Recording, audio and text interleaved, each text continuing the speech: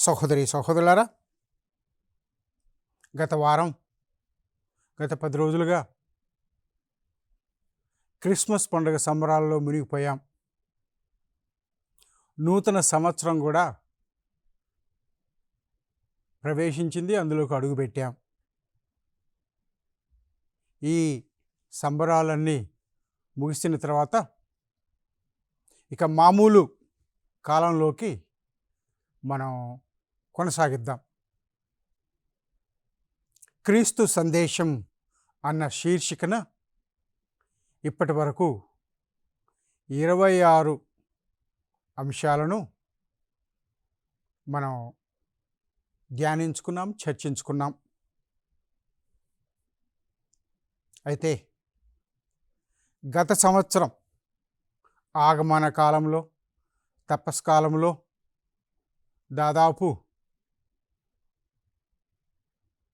60-70 వరకు నేను ఇలాంటి ప్రసంగాలు చేశాను. ఇప్పుడు క్రీస్తు సందేశం అన్న శీర్షికనే ఎక్కువగా నేను కేంద్రీకరిస్తున్నాను. ఈ క్రీస్తు సందేశంలో క్రీస్తు ప్రభువు నాడు ఇచ్చిన, నాడు అంటే 2000 సంవత్సరాల క్రితం ఆ సందేశాన్ని ఏ విధంగా నేడు మన జీవితాలకు అన్వయించుకోవాలి అన్న అంశం మీద నేను కొనసాగిస్తూ ఉన్నాను. అదే పంథాలో నేను ముందుకు వెళ్తున్నాను. అందువలన క్రీస్తు సందేశం అన్నప్పుడు స్వార్థల నుంచి, బైబిల్ నుంచి మనం తీసుకుంటాం. కానీ వాటి చుట్టూ తిరిగే మన జీవిత అనుభవం, మానవ లోకం అనేది నేడు ఎలా ఉంది అని మనం కాస్త పరీక్షించుకుంటూ ఉంటాం. అటువంటిది ఈరోజు మనం తరచుగా, ముఖ్యంగా ఈ రోజుల్లో, ఈ ఆధునిక ప్రపంచంలో మానవునికి దేవుడు ఒక సమస్యగా మిగిలాడా? దేవుడే సమస్యనా అనే అంశం మీద మనం కాసేపు ధ్యానించుకుందాం. ఇది ఒక పిచ్చి ప్రశ్నలాగా ఉంటుంది. దేవుడి సమస్య కావడం ఏమిటి? మనము దేవునికి సమస్య అయి కూర్చున్నాం. కానీ ఈ రోజుల్లో విజ్ఞానము, జ్ఞానము పెరిగే కొద్దీ అసలు దేవుడు అనేవాడు ఉన్నాడా,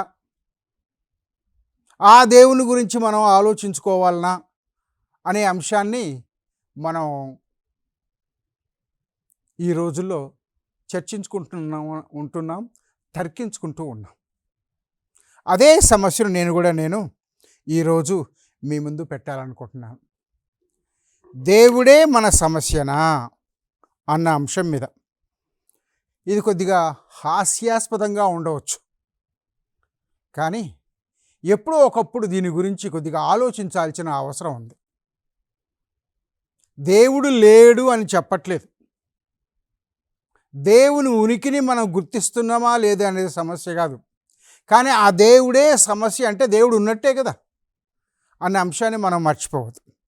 కాబట్టి ప్రియమైన సోదరులారా, ఇక కాస్త ముందుకెళ్తే దేవుడు ఉన్నాడా అనేది ఒక ప్రశ్న. దేవుడు లేడు అని దాదాపు కొద్ది శాతం ప్రజలే ఒప్పుకుంటారు. మరి దానికి ఎన్నో కారణాలు ఉండవచ్చు. వాళ్ళు ఆ దేవుని చూడలేకపోవచ్చు, ఆ దేవుని గుర్తించలేకపోవచ్చు, తమ జీవితాలలో తను నడిపిస్తున్న ఆ దేవుని కూడా వాళ్ళు అందిపట్టుకోకపోవచ్చు. ఇలాంటివి చాలా మనకు చెప్పుకోవచ్చు. ప్రియమైన సోదరులారా, మనం ఆ దేవుడే లేకపోతే ఈ భూమి మీదకి రాగలుగుతామా అనేది ఒక ప్రశ్న. అవును, మన తల్లిదండ్రులు ఉన్నారు కదా, వాళ్ళ ద్వారా వచ్చాం, మరి వాళ్ళు ఎక్కడి నుంచి వచ్చారు అనే ప్రశ్న వేసుకుంటూ పోతూ ఉంటే చివరికి మనం ఎక్కడికి తేలుతామంటే ఆ దేవుని దగ్గరికే తేలుతాం. అందుకని ఆదికాండంలో మొట్టమొదటి అధ్యాయంలో దేవుని ఆత్మ తేలియాడుతూ ఉండెను. ఎక్కడ? సృష్టి మీద, ఆ నీటి మీద అనేది బైబిలు మనకు మొట్టమొదటి పాఠంగా నేర్పిస్తూ ఉంది. దీన్నే దాదాపు అన్ని మతాల వాళ్ళు కూడా మనకు తెలియజేస్తూ ఉన్నారు. దేవుడు లేడు అనే మతం ఒక్కటి కూడా లేదు. అయితే ఒక్కొక్క మతం ఒక్కొక్క విధంగా ఆ దేవుని మనకు చూపెడుతూ ఉంది అనే అంశం మనం చూద్దాం. కాబట్టి ఆ దేవుడే సమస్తానికి సూత్రధారి అనేది మాత్రం మనం అంగీకరిస్తాం. వేదాంత వాదనలు కూడా అక్కడికే దారి తీస్తూ ఉంటాయి. సరే, మరి అలాంటప్పుడు మనం కళ్ళు మూసుకొని ఎక్కడికో వెళ్ళగలుగుతామా? అసలు కొద్దిగైనా ముందుకు వెళ్ళగలుగుతామా? మరి ఆ కళ్ళు ఎక్కడి నుంచి వచ్చినాయి, ఈ శరీరం అంతా ఎక్కడి నుంచి వచ్చింది అనేది మన ప్రశ్న వేస్తే చివరికి దేవుని దగ్గరికే వస్తాం అనేది మాత్రం వాస్తవం. ఇది ఎన్నో శతాబ్దాలు, సహస్రాబ్దాలు మొదటి నుండి కాలం ఆరంభం నుంచి ఈ అంశాన్ని మనం గుర్తిస్తూ వస్తున్నాం. సరే, దాన్ని పూర్తిగా అర్థం చేసుకోలేకపోవచ్చు. సరే, ఆ విషయాన్ని అట్లా వదిలిపెడితే దేవుడు మనకు ఉన్నాడు.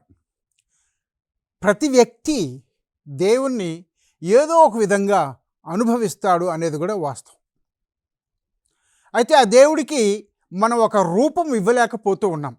మన ఊహాగానాలతోటి మనకు తోచినట్టుగా, మన ఆలోచనలకు తగ్గట్టుగా, మన అనుభవం తగ్గట్టుగా ఆ దేవుడికి ఏదో ఒక రూపాన్ని మనం సృష్టించుకుంటాం. ఇప్పుడు మన గుళ్ళల్లో కానీ, మన ఇళ్ళల్లో కానీ ఎక్కడైనా సరే దేవుని స్వరూపాలు ఉన్నాయంటే వాటిని, దేవుణ్ణి మనం దాంట్లో నియంత్రించుకొని ఆ దేవుడికి ఒక ఆకారం ఇస్తూ ఉన్నాం. మరి అదే దేవుని ఆకారమా అంటే దేవుని ఎవరు చూసిన వాళ్ళు ఎవరు లేరు. యేసు ప్రభు ఒక్కడే. నన్ను చూసినవాడు నా తండ్రిని చూసిన వాడే అయినట్టుగా ఉంటాడు అని ఆ క్రీస్తు ప్రభువే స్వయంగా చెప్పుకున్నారు. కాబట్టి అటువంటి దేవుణ్ణి మనం ఏం చేస్తున్నాం? పూజిస్తున్నాం, ఆరాధిస్తున్నాం, స్తుతిస్తున్నాం. ఆ దేవునికే సర్వస్వాన్ని ఉంటూ ఉన్నాం. అయితే ఇది జనులందరి యొక్క పోకడన అంటే కాదు. నిరాకరించే వాళ్ళు చాలామంది కూడా ఉన్నారు. నాస్తికులు అంటాం చూడండి, దేవుడే లేడు అంటారు. మరి నువ్వెలా ఉన్నావు అంటే మాత్రం దానికి సమాధానం చెప్పరు. సరే, ఇది మనం దేవుని గురించి, ఉనికిని గురించి తెలుసుకుంటాం. సృష్టిలో ఎక్కడైనా చూడు, దేన్నైనా చూడు, అది చలిస్తుంది కావచ్చు, చలనం లేనిది కూడా కావచ్చు. వాటిలో కూడా జీవం ఉంటుంది. ఒక చెట్టు లేదా ఒక గుట్టే కానీ, కొండే కానీ, పర్వతమే కానీ, మరేమైనా కానీ అవన్నీ మెల్లమెల్లగా పెరుగుతున్నాయి అని శాస్త్రజ్ఞులు నిరూపిస్తూ ఉన్నారు. వాటిల్లో కూడా అంతో ఇంతో జీవం ఉంది. మనిషి, ఈ చరాచరాలు, జీవరాశులు, వీటిలోనే జీవం ఉంది అని మనం అనుకుంటే అవి కూడా పెరుగుతూ ఉన్నాయి. ఎక్కడో ఒక విత్తనం వేస్తేనే కదా ఆ విత్తనం నుండి చెట్టు వచ్చేది. మరి దాని ఉనికి ఏమిటి అని ప్రశ్నించుకుంటే, ప్రేమైన సహోదరి సహోదరులారా, ప్రతి దాంట్లో దేవుని రూపాన్ని లేదా దేవుని యొక్క ఉనికిని మనం చూడగలుగుతాం. అదే మనం ఈరోజు నేర్చుకోవాల్సింది. ఇక మరి దేవుడు ఉన్నాడు అనటానికి కొన్ని ఆధారాలు కావాలి మనకు. వాటిల్లో కొన్ని నమ్మదగినవిగా ఉండొచ్చు, నమ్మటానికి సంకోచించేలాగా ఉండొచ్చు. ఈ సంకేతము అనేది లేదా ఈ అనుమానం అనేది మన మనసులో ఏదో ఒకటి తడుతూ ఉంది, మనల్ని అది బ్లాక్ చేస్తుంది. కాబట్టి మనం దాన్ని ఒక సమస్యగా పరిగణిస్తూ ఉన్నాం. మరి అలాంటప్పుడు దేవుడు ఉన్నాడు అని చెప్పడానికి మనకున్న మార్గాలు ఏమిటంటే, ప్రియమైన సహోదరి సహోదరులారా, చాలా ఉన్నాయి. ఉదాహరణకు విద్యుత్తు. కరెంటు తీగను పట్టుకుంటాం, ఏమవుతుంది? కాలిపోతుంది. మనం కాసేపులో భస్మం అయిపోతాం. మరి అందులో కరెంటు ఉంది కదా, ఎక్కడ కనపడుతుంది ఈ కరెంటు? ఇలానే మనం చాలా వాటిని ఆధారాలుగా చూడవచ్చు. ఈ ఆధారాలుగా మనం చూపిస్తున్నాము అంటే అందులో ఏదో ఒక శక్తి ఉంది అనేది మాత్రం వాస్తవం. ఆ శక్తి ఏమిటో మనకు తెలుసు. దాన్నే తరతరాలుగా అనేక మతాలు దేవుడు అనే ఒక బిరుదే కానీ, నామమే కానీ, మరేదైనా కానీ దాన్ని మనం గుర్తిస్తున్నాం. మరి ఆ గుర్తించిన దానిని ఎలా నీవు అంగీకరిస్తున్నావు, ఎలా నీవు దాన్ని గ్రహిస్తున్నావు అనేది నీ మీద ఆధారపడి ఉంటుంది. లేదా నీవు పుట్టి పెరిగిన ఆ వాతావరణంలోనూ, ఆ మతంలోనూ, వాళ్ళు బోధించే బోధనలోనూ ఆధారపడి ఉంటుంది. మరి అలాంటప్పుడు మనం ఈ ప్రాథమిక ఆధారాలు ఏమిట్రా బాబు అంటే, మనకు దేవుడు ఎక్కడున్నాడు, ఎలా ఉన్నాడు అనే ప్రశ్న కూడా వస్తుంది. అసలు దేవుడు లేని స్థలం ఏముంది? అందుకనే కదా భక్త ప్రహ్లాదుడు ఇదిగో ఈ స్తంభంలో దేవుడు ఉన్నాడు అని వాళ్ళ తండ్రితో వాదిస్తాడు. ఇలాంటివి మన భారతీయ సంస్కృతిలో, సాహిత్యంలో, మన సంప్రదాయాలలో, మన నమ్మకాల్లో చాలా ఉన్నాయి. కాబట్టి దేవుడు లేనిది అంటూ లేదు. అందుకే మనం దేవుడు ఎక్కడున్నాడో అడిగితే ఎక్కడ లేడో కానీ చెప్పగలుగుతామో మనం? ఎక్కడున్నాడో నువ్వు చెప్పగలుగుతున్నావు, మరి ఎక్కడ లేడో? కాబట్టి ఉన్నాడు అంటే లేడు అనేది లేదు.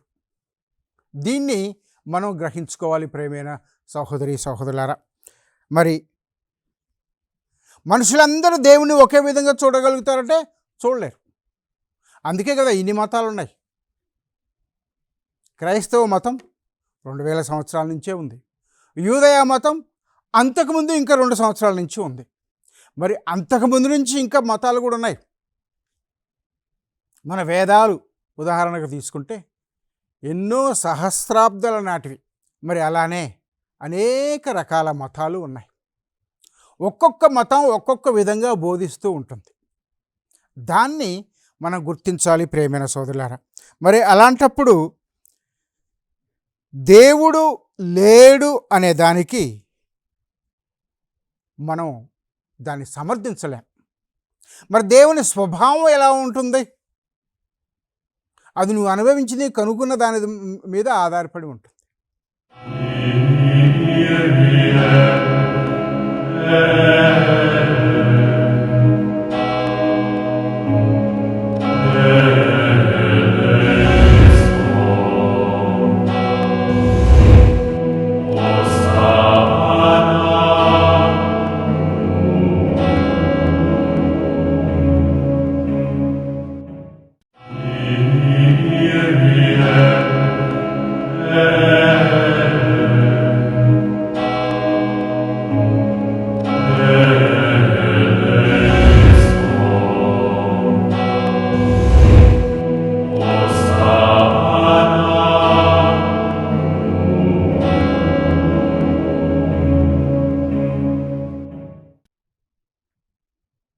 ఇది మనం వేదాంత శాస్త్రాల్లో, ఆ పాఠశాలలో దీన్ని ఎక్కువగా మనం చర్చించుకుంటూ ఉంటాం. నిజమే. మరి అవి ఎంతవరకు నిజంగా మనకు సరి అయిన సమాధానాన్ని ఇస్తున్నాయి, నమ్మదగినగా ఉంటున్నాయి అంటే మనం కాస్త లోతుగా వెళ్ళాలి. అవి నమ్మదగినవి అనేది కాదు, కానీ వాటిలో ఉన్న అంతరార్థాన్ని మనం గ్రహించలేకపోతున్నాం. అందుకే మనం ఇంకా ఆ పరిశోధనలో నిమగ్నమై ఉండాలి అనేది మనకు కావాలి. ఇక మనిషి అనేవాడు మొండి వైఖరితో ఉంటాడు. ఈ మొండి వైఖరి అనేది దేవుడు లేడు ఉన్నాడు అనే సమస్య కాదు. ఏదో నీలో సమస్య ఉంది. ఆ సమస్య నువ్వు పరిష్కరించలేకపోతూ ఉన్నావు. అందుకే మన యొక్క ఇది నా కర్మ అంటాం, నాకు విధించిన ఒక శిక్ష అంటాం. అంత నిరాశాజనకంగా మనం ఉండొద్దు. మనలో లేదా మన జీవితంలో మనం ఎదుర్కొన్న దాంట్లో, మనం అనుభవించిన దాంట్లో ఎక్కడో ఒక పెద్ద పొరపాటు జరిగింది. దానికి కారణాలు ఎన్నో ఉండొచ్చు. పరిస్థితుల ప్రభావం ఉండొచ్చు, నీ వ్యక్తిగతమైనదే కావచ్చు, నీ కుటుంబానికి సంబంధించినదే కావచ్చు, లేదా ఈ ప్రపంచానికి సంబంధించినదే కావచ్చు. ఇన్ని విపత్తులు జరుగుతున్నాయి కదా, మరి వాటికి సమాధానం ఏమిటంటే మనం చాలాసార్లు ప్రశ్న వేస్తూ ఉంటాం. అన్నంత మాత్రాన దేవుడు లేడని ఎలా చెప్పగలుగుతావు? కాబట్టి ప్రియమైన సోదరులారా, మనలో ఉన్న ఆ మొండి వైఖరిని తగ్గించుకోవాలి. ఎందుకంటే మొండి వైఖరి ఉండటం వలన మనం ఒక గోడ కట్టుకుంటున్నాం. ఇక ఇటు వాళ్ళు అటు వాళ్ళు ఇటు రాలేకపోతున్నట్టుగా ఉంటూ ఉన్నాం. అందువలన ఆ నిజాన్ని, వాస్తవాన్ని, సత్యాన్ని కనుగొనలేకపోతూ ఉన్నాం. మన మధ్యలో ఉన్న గోడలను తీసివేసేస్తే మనం పారదర్శకంగా ఉంటూ ఆ దేవుణ్ణి చూడగలుగుతాం. అదే మనకు కావాల్సింది ప్రియమైన సోదరులారా. మనం ఊహించినట్టుగా జరగకపోతే దేవుడే లేడంటాం. కానీ దాన్ని కాస్త లోతుగా ఆలోచిద్దాం. మన ఊహల్లో తేడా ఉందా, వాస్తవంలో తేడా ఉందా అనేది మనం తెలుసుకుందాం. ఇక ఈ దేవుడు ఎలా ఉంటారు అనే దానికి మనం ప్రశ్న వేస్తే చెప్పలేం. కానీ ఆ దేవునికి ఒక రూపాన్ని ఇస్తున్నాం మనం.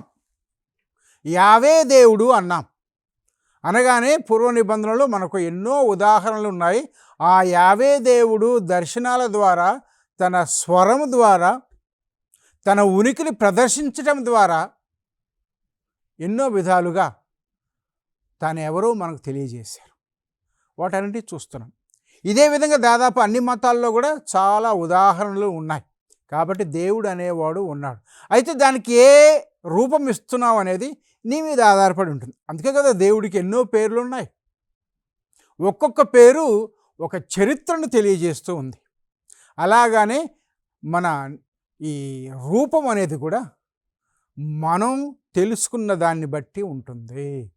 కాబట్టి ఇక్కడ ప్రశ్న ఏమిటంటే, నువ్వు దేవుని తెలుసుకోవడానికి తాపత్రయపడుతున్నావా? తెలుసుకోవాలనే కాంక్ష, ఆ వాంఛ నీలో ఉందా అనేది మనకు కావాలి. అందువలన మొండి వైఖరి వదిలేసి కాస్త మన కళ్ళు తెరిచి ఆయనలో మనం లీనం అవడానికి ప్రయత్నిస్తే అప్పుడు తప్పనిసరిగా ఆ ప్రభువుని, ఆ దేవుణ్ణి మనం తెలుసుకోగలుగుతాం.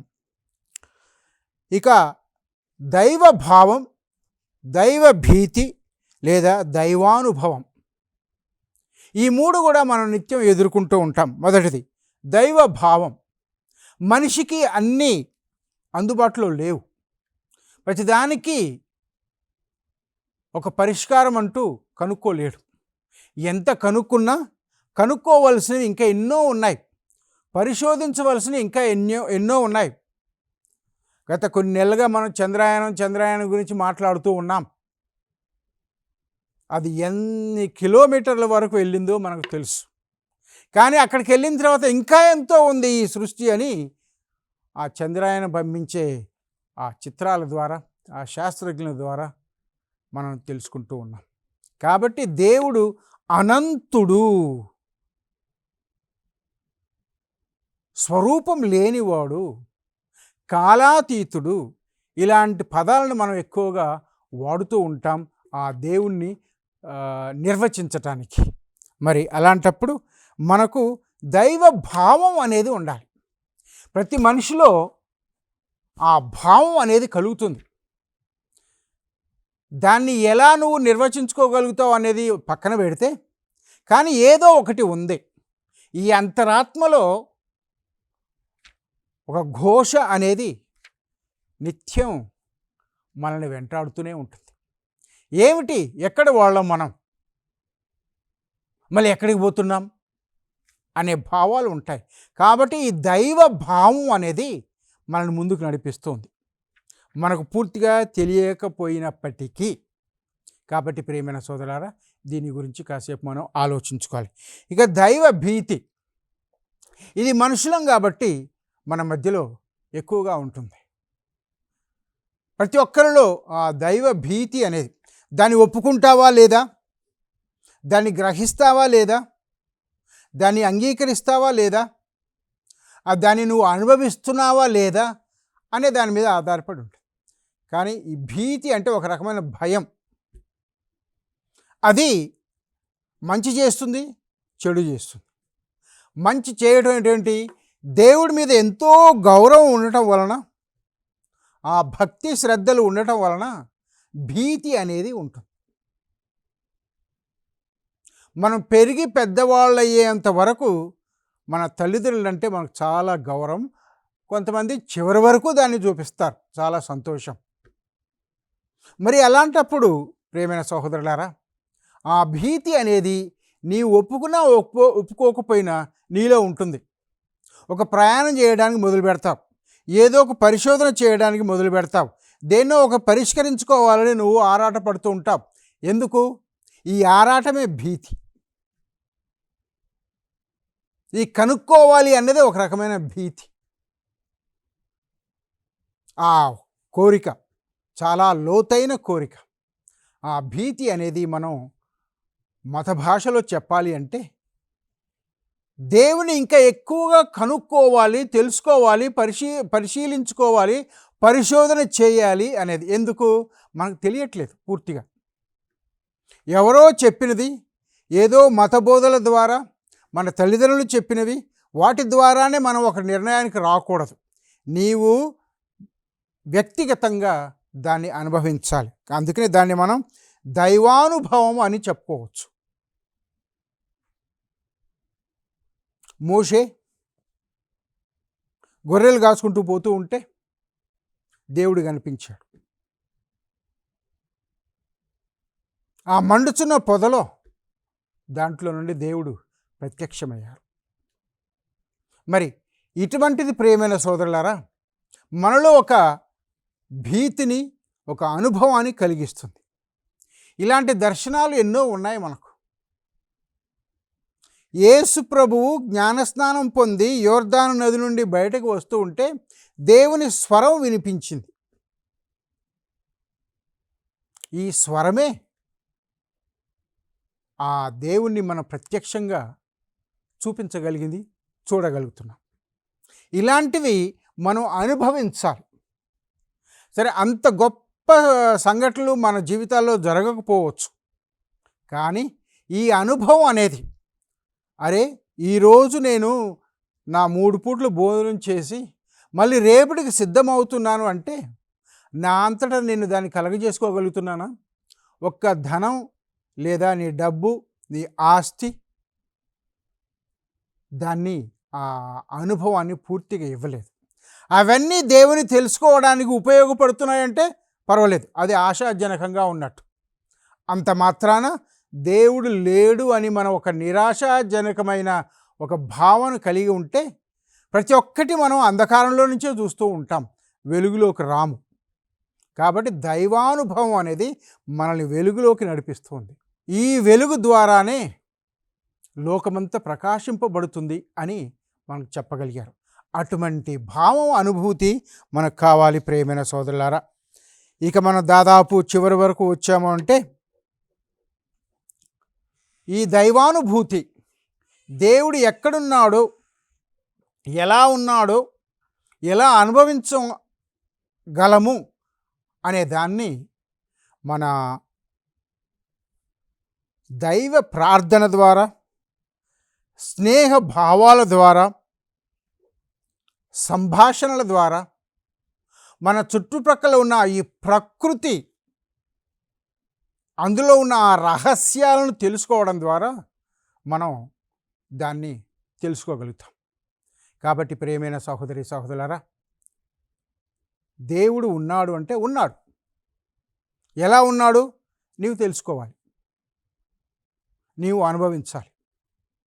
ఈ దైవ అనుభవమే నిన్ను ఒక క్రమశిక్షణ మార్గంలో నడిపిస్తూ ఉంటుంది.